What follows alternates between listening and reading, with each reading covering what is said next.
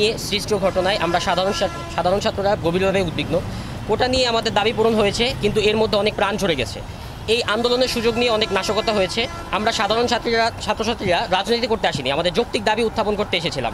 বর্তমানে ব্যাপারটি যে পর্যায়ে গেছে তাতে আমরা মর্মাহত এবং শঙ্কিত। চরম পরিতাপের বিষয়, চলমান কোটা আন্দোলনে নিরীহ শিক্ষার্থীদের উপর দেশব্যাপী শিক্ষা প্রতিষ্ঠান সহ সকল স্থানে নির্যাতন, নিপীড়ন, হামলা ও প্রাণহানির মতো ন্যাক্কারজনক ঘটনা ঘটেছে।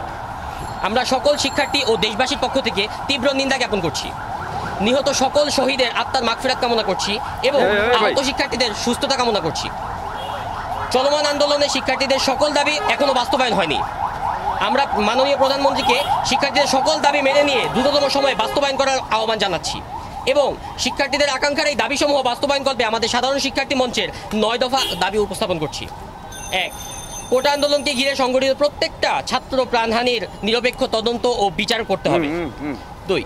কোটা আন্দোলনে সকল গ্রেফতারকৃত শিক্ষার্থীদের মুক্তি ও সর্বপ্রকার হয়রানি বন্ধ করতে হবে।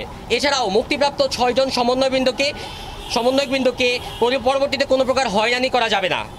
3. ঢাকা বিশ্ববিদ্যালয় সহ সকল শিক্ষাঙ্গনে বহিরাগত হামলাকারীদের চিহ্নিত করে দ্রুততম সময়ের মধ্যে বিচারের আওতাভুক্ত করতে হবে।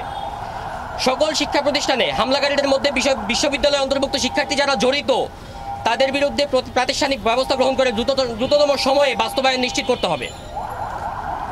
4. সকল শিক্ষা প্রতিষ্ঠানে হামলাকারীদের মধ্যে বিশ্ববিদ্যালয় অন্তর্ভুক্ত শিক্ষার্থী জড়িত তাদের বিরুদ্ধে প্রাতিষ্ঠানিক ব্যবস্থা গ্রহণ করে দ্রুততম বাস্তবায়ন নিশ্চিত করতে হবে। 5. কোটা আন্দোলনে আহত ও শহীদ পরিবারবর্গের স্থায়ী পুনর্বাসন দ্রুততম সময়ের মধ্যে বাস্তবায়ন নিশ্চিত করতে হবে। 6. শিক্ষাবান্ধব পরিবেশ নিশ্চিত করে দ্রুততম সময়ের মধ্যে ঢাকা বিশ্ববিদ্যালয় সহ সকল বিশ্ববিদ্যালয় প্রতিষ্ঠানসমূহ খুলে দিতে হবে এবং বিশ্ববিদ্যালয়ের আবাসিক হলসমূহ বৈধ সিট নিশ্চিতকল্পে হল প্রশাসনকে যথাযথ ব্যবস্থা নিশ্চিত করতে হবে। ঢাকা বিশ্ববিদ্যালয় সহ সারা বাংলাদেশের সকল শিক্ষা প্রতিষ্ঠানের শিক্ষার পরিবেশ নিশ্চিতকল্পে আইন শৃঙ্খলা বাহিনীর সরব উপস্থিতি প্রত্যাহার করতে হবে। 8. কোটা আন্দোলনে অপ্রীতিকর ঘটনার সাথে সম্পৃক্ত সকল ব্যক্তি প্রতিষ্ঠানের সম্পৃক্ততা তদন্তের মাধ্যমে দ্রুততম সময়ের বিচারে আওতাভুক্ত করতে হবে। 9. শিক্ষা শেষে শিক্ষার্থীদের জন্য যথাযোগ্য কর্মসংস্থান সৃষ্টি করতে হবে। এই 9 দফা দাবি নিয়ে আমরা সাধারণ শিক্ষার্থী মঞ্চ আজকে সাধারণ শিক্ষার্থীদের মৌন অবস্থান কর্মসূচি পালন করছি। ধন্যবাদ। আমি শাকুর হাসান, ঢাকা বিশ্ববিদ্যালয়ের 17-18 সেশনের ফিনান্স বিভাগের একজন শিক্ষার্থী।